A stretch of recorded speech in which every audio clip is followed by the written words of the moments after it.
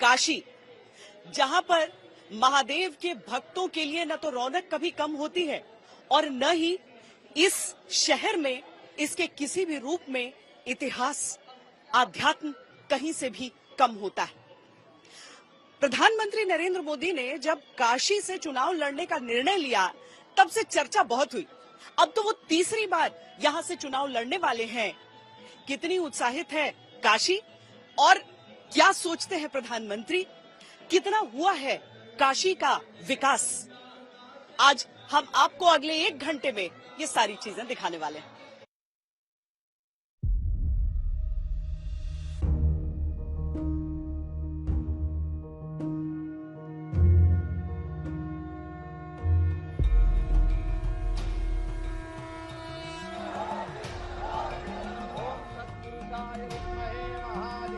नमः पार्वती पतये हर हर महादेव।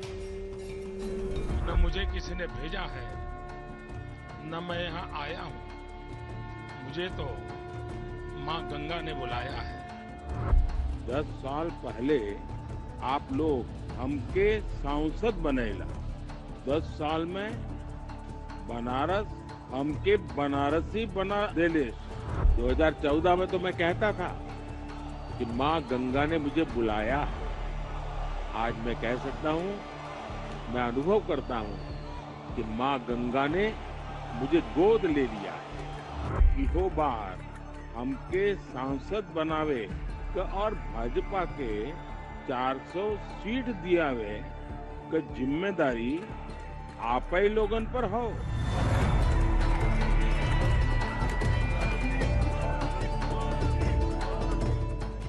महादेव की काशी से जब मोदी ने लोकसभा चुनाव लड़ा था, तो वो उनका पहला संसदीय चुनाव था।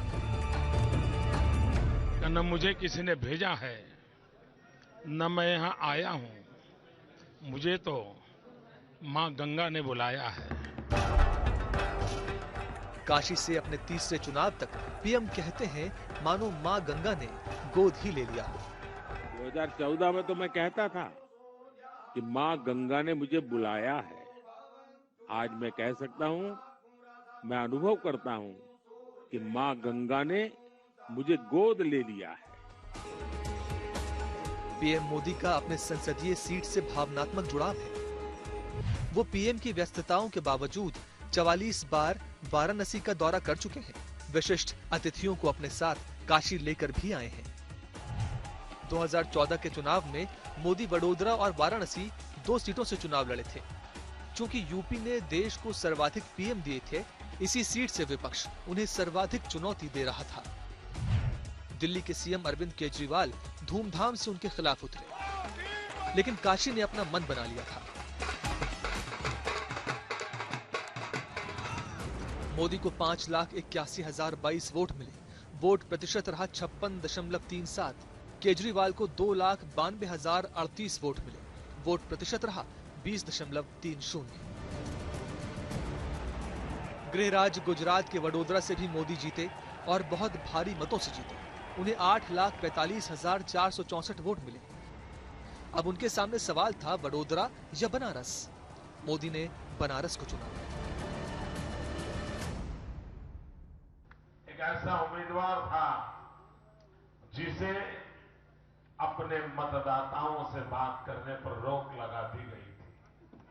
उसके बावजूद भी बनारस के नागरिकों ने मेरे मौन पर भी मोहर लगा दी। प्रधानमंत्री बनने के बाद काशी आए तो घाटों की सफाई की और काशी से संबंध को और प्रगाढ़ करने का संदेश भी दिया। बिजली के तारों के घने जाल से काशी को मुक्ति दिलाकर भूमिगत तार डालने की योजना बनाई, जिससे शहर के सौंदर्यीकरण का रास्ता खुला। काशी को क्योटो की तरह विकसित करने की योजना, गंगा में परिवहन की योजना, बुनकरों के लिए हस्तकला संकुल और काशी विश्वनाथ कॉरिडोर का संकल्प। कैसा काम है सांसद का? सांसद जी का बहुत बढ़िया काम है, माननीय प्रधानमंत्री जी का। क्या अच्छा लगा है? कौन सा अच्छा काम? स्मार्ट सिटी करवा दिए और युवाओं को नौकरी भी मिल रही है।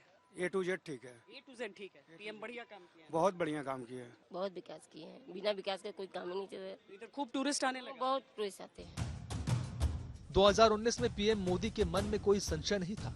इस बार सिर्फ काशी से ही पर्चा भरा और अपना चुनाव काशी वासियों के विश्वास पर लड़ना शुरू किया।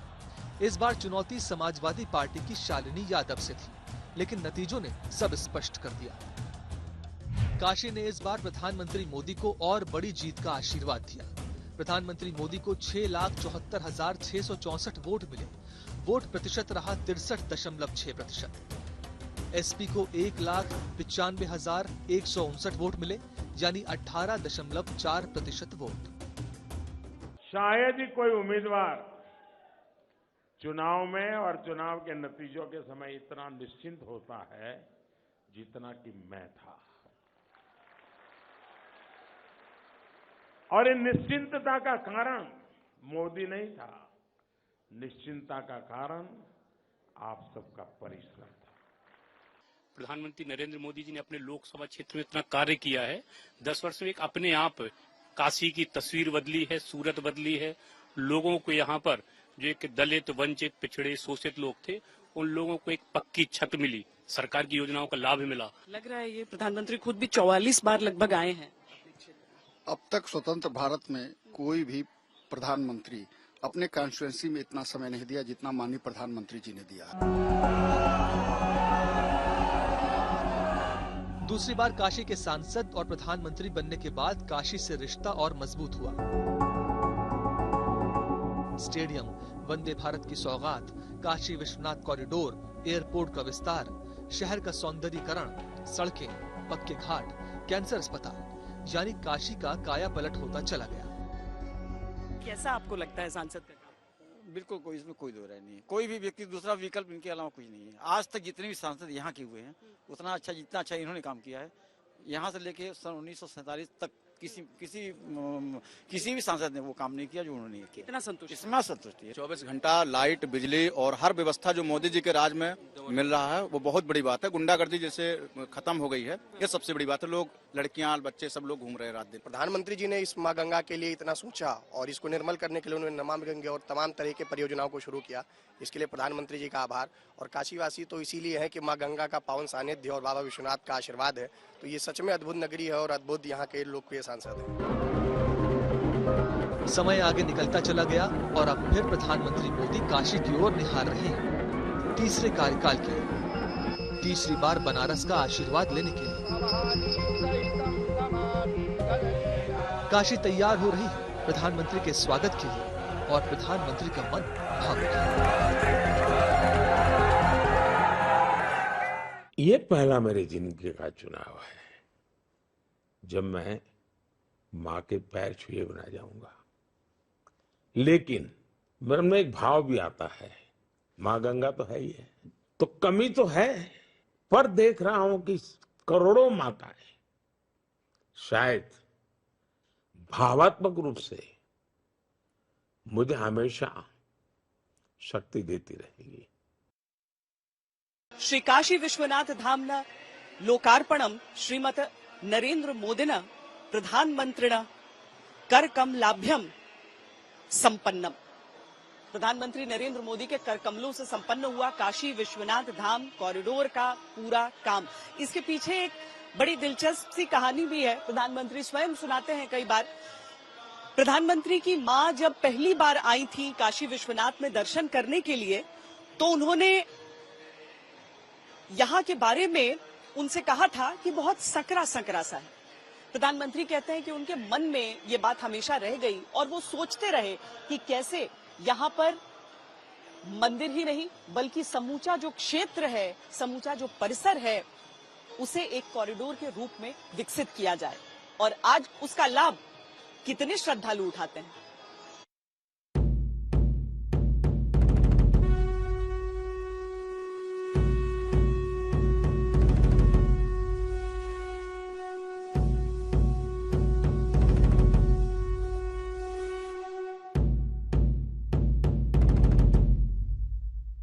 शुभ घड़ी आयल है, हृदय गदगद है, मन आह्लादित है।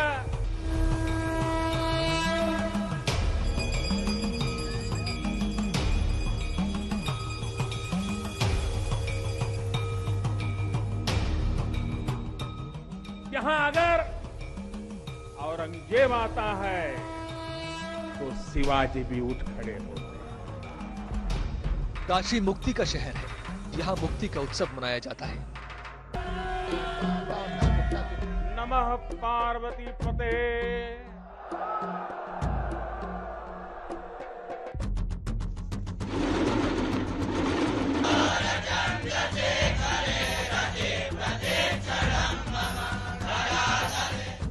वर्तमान में जो काशी विश्वनाथ मंदिर कॉरिडोर है वो प्रधानमंत्री मोदी के संकल्प का परिणाम है। इतिहास ने लिखा था कि मंदिर का पुनरुद्धार अहिल्याबाई होलकर ने करवाया।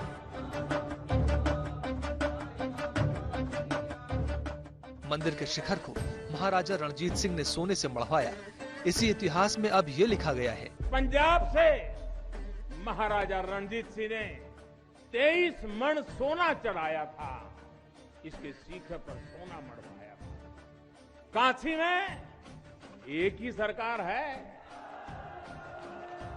जिनके हाथों में डमरू है।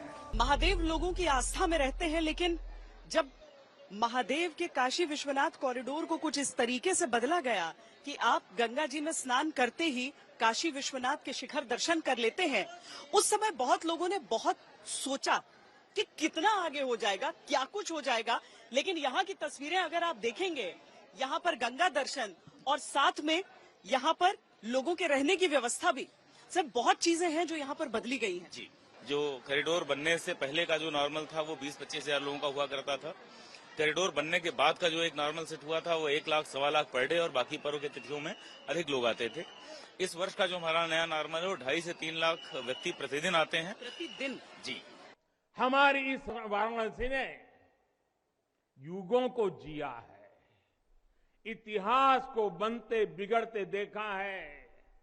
कितने ही कालखंड आए गए, कितनी ही सल्तनतें उठी और मिट्टी में मिल गई, फिर भी बनारस बना हुआ है।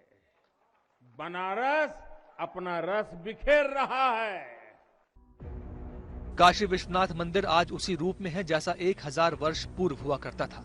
तब इसी तरह मुख्य मंदिर के साथ कॉरिडोर की शक्ल में कई कक्ष थे जिनमें धर्म, संस्कृत और आध्यात्म की शिक्षा दी जाती थी।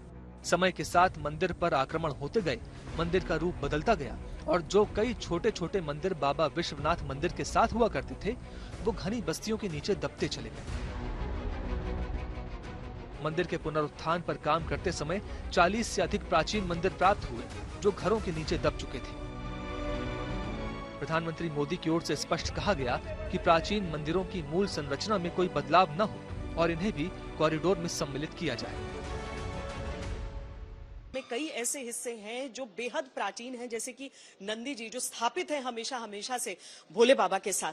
देश के किसी भी हिस्से से आए हो, लेकिन सबको याद वही आता है कि कैसे गलियों में से होकर घूमते फिरते 2-3 किलोमीटर चलते हुए आना पड़ता था। जब निर्माण चल रहा था तब जो छोटी छोटी मूर्तियां निकली थी उन सबको अलग अलग जगह पर स्थापित किया गया है। जब 2019 में इसकी परिकल्पना की गई थी और कहा गया था कि ये निर्माण कार्य हो जाएगा संपन्न, अब तक तो किसी को यकीन उस समय नहीं हुआ था। बाबा विश्वनाथ में गहरी आस्था और इंसानों के अथक परिश्रम का नमूना है ये काशी विश्वनाथ परिसर जो हम इस समय देख पा रहे हैं। बाबा विश्वनाथ धाम 5.3 लाख वर्ग फुट में बनाया गया है और गंगा तट से केवल 400 मीटर की दूरी पर स्थित है। संस्कृति की हर धरोहर सहेजी गई है। विश्वनाथ मंदिर अब गंगा से सीधे जुड़ गया है। श्रद्धालु जलासेन घाट, मणिकर्णिका और ललिता घाट पर स्नान करके सीधे बाबा के मंदिर में प्रवेश करते हैं। सर, बीच में एक बार जब निर्माण हुआ था बड़ी चिंता आई थी कि बहुत पैसे खर्च हो गए, उसको लेके सवाल उठाए जा रहे थे। पर अगर मैं इतनी बड़ी संख्या में श्रद्धालु देखती हूँ पूरे देश भर से, विदेश से, तो उस हिसाब से आकलन कैसे? मैम, अगर मैं आंकड़ों की बात करूं तो हमारे पास जो डेटा है आज की तारीख में, वो हमारे पास जो 4 गेट्स के भीतर श्रद्धालु जाते हैं उनकी संख्या का आंकड़ा होता है। पिछले माह तक, अप्रैल तक अगर हम बात करें तो हमारे पास अब तक टोटल 16 करोड़ लोग 13 दिसंबर 2021 के बाद से अप्रैल 2024 तक आ चुका है, 2 वर्ष 4 महीने के भीतर। मैं ये मानकर चलता हूं कि उत्तर प्रदेश की सीमाओं के भीतर देश विदेश से आने वाले, शहर से आने वाले हर आदमी ने मिलाकर अगर मात्र 2000 रुपए भी खर्च किए होंगे तो 16 करोड़ का आंकड़ा इतना बड़ा है कि 32,000 करोड़ रुपए का टोटल जो है इन्वेस्टमेंट यूपी में हुआ है। बाबा विश्वनाथ धाम दमक रहा है और काशी विश्वनाथ कॉरिडोर भारत की आध्यात्मिक चेतना का कॉरिडोर बन गया है, अपनी पूरी दिव्यता और भव्यता के साथ। 2014 में सरकार बनते ही प्रधानमंत्री मोदी ने यह तय किया कि जो सांसद है वो अपने अपने क्षेत्र में गांवों को गोद ले। प्रधानमंत्री ने फौरन जयपुर गांव को गोद भी लिया। बाकी इलाकों का तो पता नहीं, लेकिन वाराणसी में ये क्रम रुका नहीं।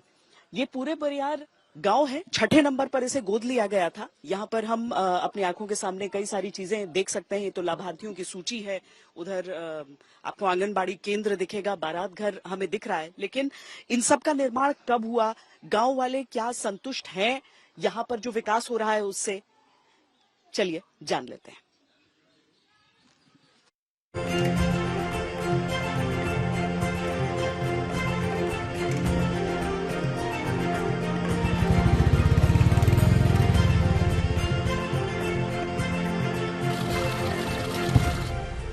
ये प्रधानमंत्री नरेंद्र मोदी का गोद लिया गांव पूरे बरियार है।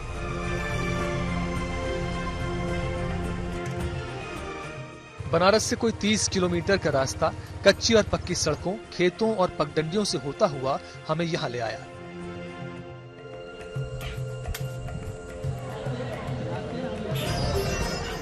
दो 2021-22 में प्रधानमंत्री मोदी ने गांव को गोद लिया था। क्या है इस गांव की स्थिति, अब आपको वो दिखाते हैं। यहाँ पर गांव में प्रधानमंत्री ने काम करवाए हैं कुछ? जी, बहुत काम हुआ है। जैसे हमारे गांव का बारात घर बना, पानी टंकी बना, इसका बाउंड्री हुआ।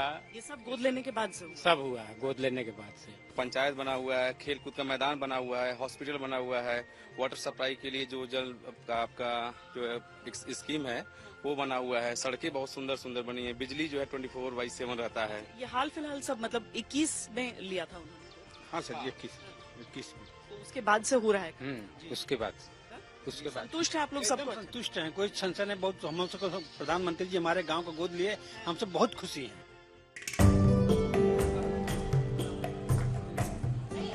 प्रधानमंत्री मोदी के गोद लेने के बाद गांव के दिन बहुरे और गांव के लोग इसे महसूस भी करते हैं। इधर सामने आंगनवाड़ी बन रहा है, बच्चों को पढ़ने में बहुत परेशानी हो रही थी, लेकिन प्रधानमंत्री जी ने हमारे गांव गोद लिया तो छोटे बच्चों को पढ़ने के लिए आंगनवाड़ी भी दिया। लगता है फिर से प्रधानमंत्री जी 100% बनेंगे। अब की बार 400 बिल्कुल। उन्होंने बनारस को पूरा चेंज कर दिया है और जो हमारा हैप्पीनेस रेटिंग है वो समझ लीजिए कि हर किसी से पूछ लीजिए, सब लोग खुश हैं। प्रधानमंत्री की वजह से सब लोग खुश हैं। जी, एकदम खुश जी। 2014 में प्रधानमंत्री मोदी ने सांसद आदर्श ग्राम योजना की शुरुआत की थी। तब प्रधानमंत्री ने सबसे पहले जयपुर को गोद लिया था। उसके बाद प्रधानमंत्री नरेंद्र मोदी ककरहिया, नागेपुर, परमपुर, पूरे बरियार, पूरे गांव, डोमरी और कुरहुआ को गोद ले चुके हैं। प्रधानमंत्री मोदी ने अभी तक जिन गांवों को गोद लिया है उनमें सड़क, पेयजल, स्ट्रीट लाइट, शौचालय, आंगनबाड़ी केंद्र, प्राथमिक विद्यालय, सभागार, अस्पताल के अलावा गांव के सौंदर्यीकरण, बैंक, एटीएम और डाकघर जैसी सुविधाएं पहुंच चुकी हैं। प्रधानमंत्री नरेंद्र मोदी के कैंपेन में यहाँ कहा जाता है विकास की विरासत भी। वाराणसी के गांव पूरे बेरियार की रहने वाली उर्मिला ने प्रधानमंत्री की योजनाओं से लाभ उठाया और अपने दम पर अपना परिवार चला रही हैं।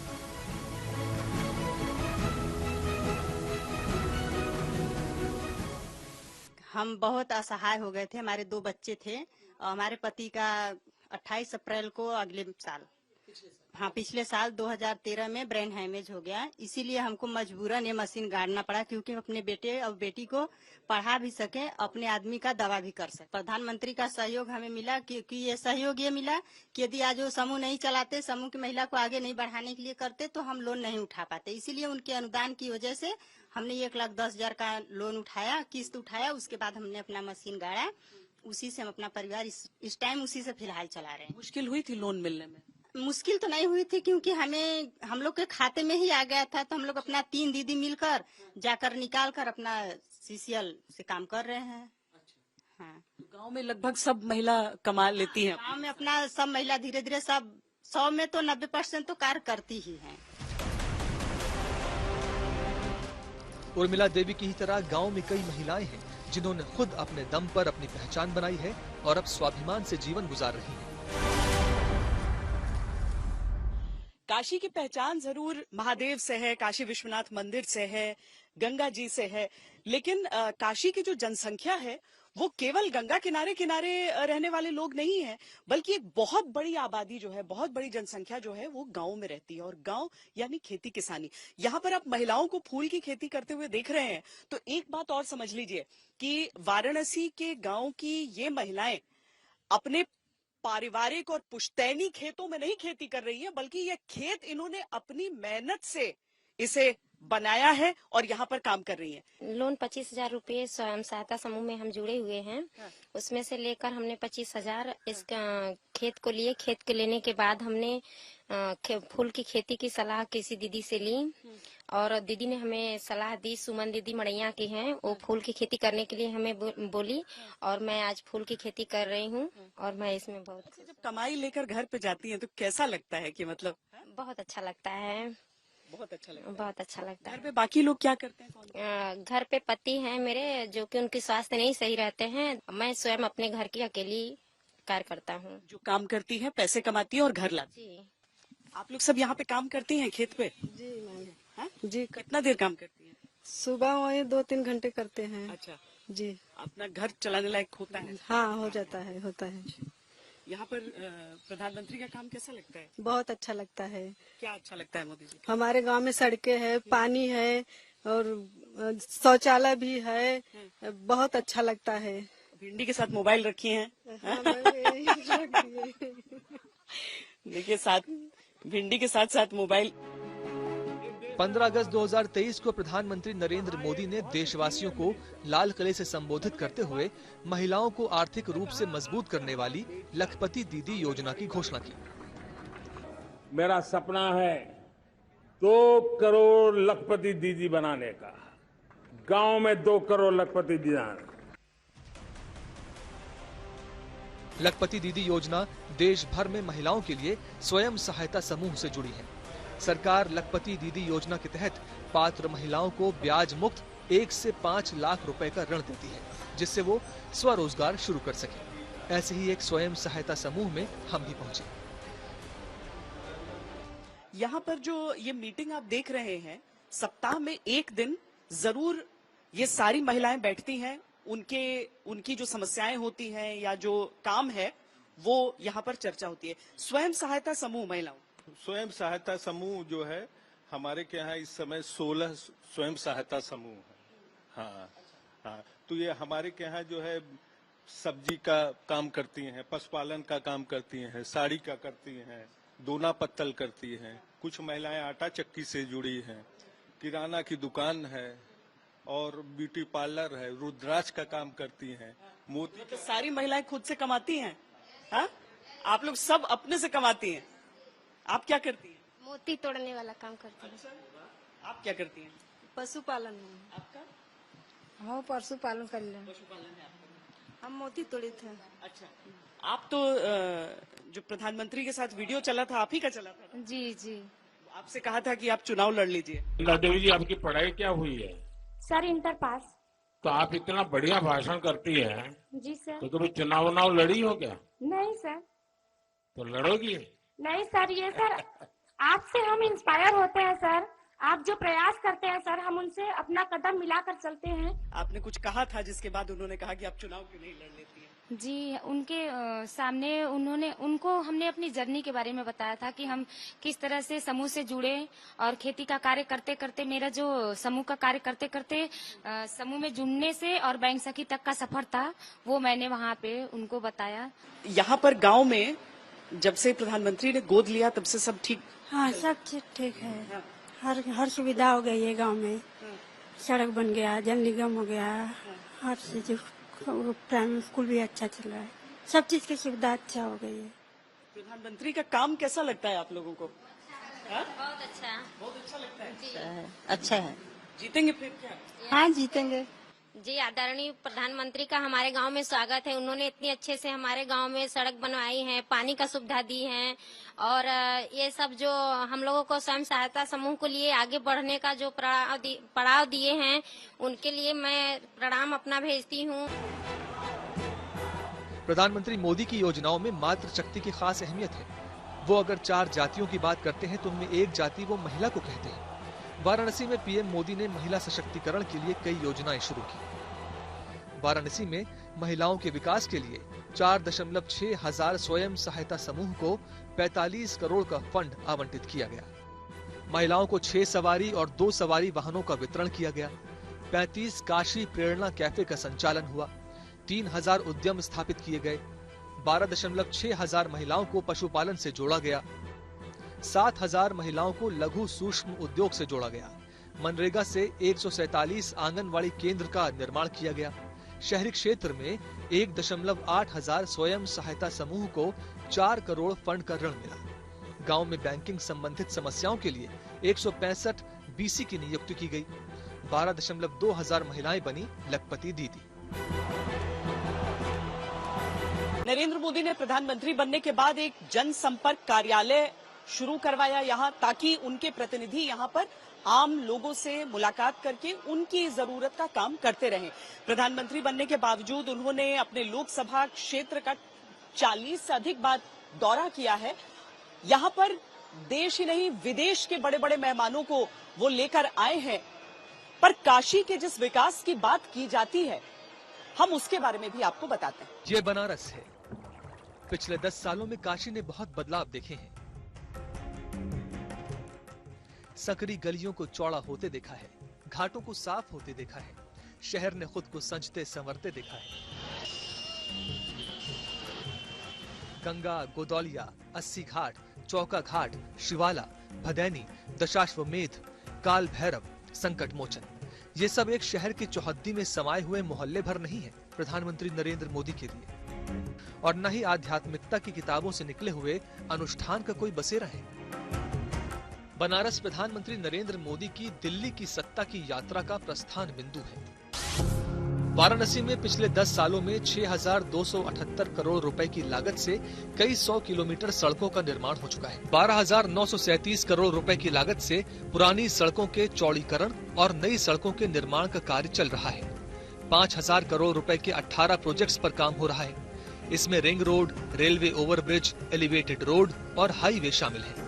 इसके अलावा 645 करोड़ रुपए की केबल कार रोपवे पर भी काम चल रहा है। 3.75 किलोमीटर लंबा रोपवे छावनी रेलवे स्टेशन को गोदौलिया चौक से काशी कॉरिडोर, काशी विश्वनाथ मंदिर और दशाश्वमेध घाट पर स्टॉप के साथ जोड़ेगा। 1171 करोड़ की लागत से मदन मोहन मालवीय कैंसर अस्पताल बन रहा है। 712 करोड़ की लागत से गंजारी में स्पोर्ट्स सेंटर बन रहा है। 416 करोड़ की लागत से गंगा किनारे ट्रांसपोर्ट टर्मिनल का निर्माण चल रहा है। 308 करोड़ रुपए सीवेज ट्रीटमेंट और 172 करोड़ रुपए खर्च पुलिस सिस्टम को मजबूत करने के लिए किए जा रहे हैं। 20 करोड़ की लागत से वाराणसी में सभी 84 घाटों की तस्वीर बदली गई है। नमो नमः घाट, जो आधा किलोमीटर तक गंगा के तट से घिरा है, इसको स्मार्ट सिटी मिशन के तहत बदल दिया गया है। 12 नई रेलगाड़ियों का संचालन किया गया है। 2019 में लगभग बनारस में 70 लाख के आसपास डोमेस्टिक टूरिस्ट देसी पर्यटक आते थे और 4.5 लाख के आसपास विदेशी पर्यटक थे, जो कि लास्ट ईयर का जो डाटा है उसमें हमारे पास 2023 में पूरे बनारस में 7 करोड़ से ज्यादा पर्यटक आ चुके हैं। तो इसके पीछे सबसे बड़ा कारण हम लोग देखते हैं काशी विश्वनाथ धाम, और मोदी जी ने, हमारे जो प्रधानमंत्री जी हैं, उन्होंने जो इंफ्रास्ट्रक्चर पे जो काशी में डेवलपमेंट हुआ है उसकी वजह से काफी लोग अट्रैक्ट हुए हैं यहाँ पे। हैंडलूम का काम, हैंडलूम साड़ी का काम क्या बढ़ रहा है या घट रहा है या क्या? ऐसा है ना कि पहले हैंडलूम का काम एक समय कम हो गया था, फिर क्या हुआ कि पावर लूम का प्रोडक्शन बहुत ज्यादा और वन ऑफ इट काइंड की बजाय मेनी ऑफ वन काइंड हो गया। तो प्रोडक्शन में क्या है कि पावर लूम का बहुत सा माल बनता था और उसकी क्वालिटी भी घटती है, इसलिए अब दोबारा से हैंडलूम पर लोग आ रहे हैं और कह रहे हैं कि हमको हैंडलूम का माल चाहिए, इसलिए हैंडलूम इंडस्ट्रीज दोबारा हम लोग इसको ऊपर कर लिया, वापस खड़ी हो रही।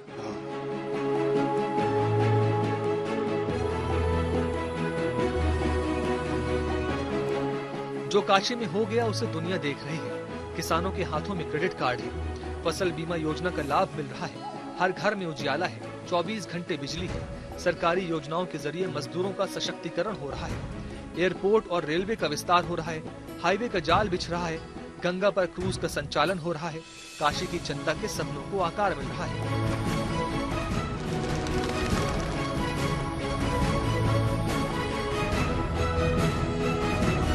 ये सच है कि बनारस एक बदलता हुआ शहर है और ये भी सच है कि ये शहर प्रधानमंत्री नरेंद्र मोदी की सियासत का हिस्सा है।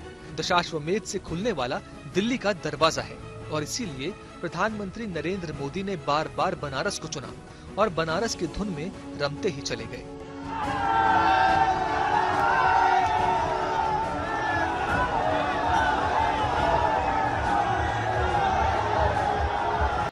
प्रधानमंत्री नरेंद्र मोदी अपने लोकसभा क्षेत्र काशी जब पहुंचेंगे तो एक भव्य रोड शो शाम में होगा उनका, और उसका जो समापन होगा वो यही काशी विश्वनाथ धाम में आकर होगा।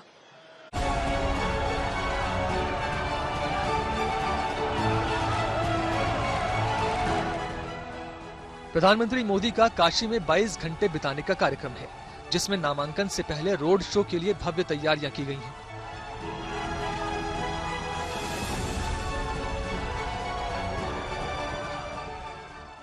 जिस तरह से रोड शो का रूट बनाया गया है उसमें मिनी भारत की झलक दिखती है।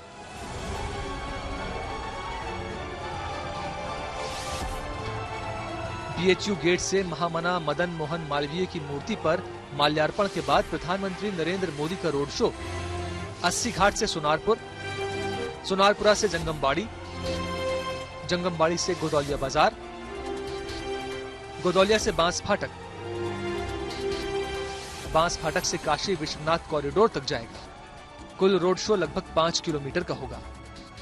जगह जगह तोरण द्वार बनाए गए हैं, फूलों से रास्ते को सजाया गया है, सांस्कृतिक झलकियों का प्रबंध किया गया है। बीजेपी ने पूरी ताकत लगा रखी है प्रधानमंत्री मोदी के रोड शो को ऐतिहासिक बनाने के लिए, और काशी को प्रतीक्षा है अपने सांसद और देश के प्रधानमंत्री से भेंट की।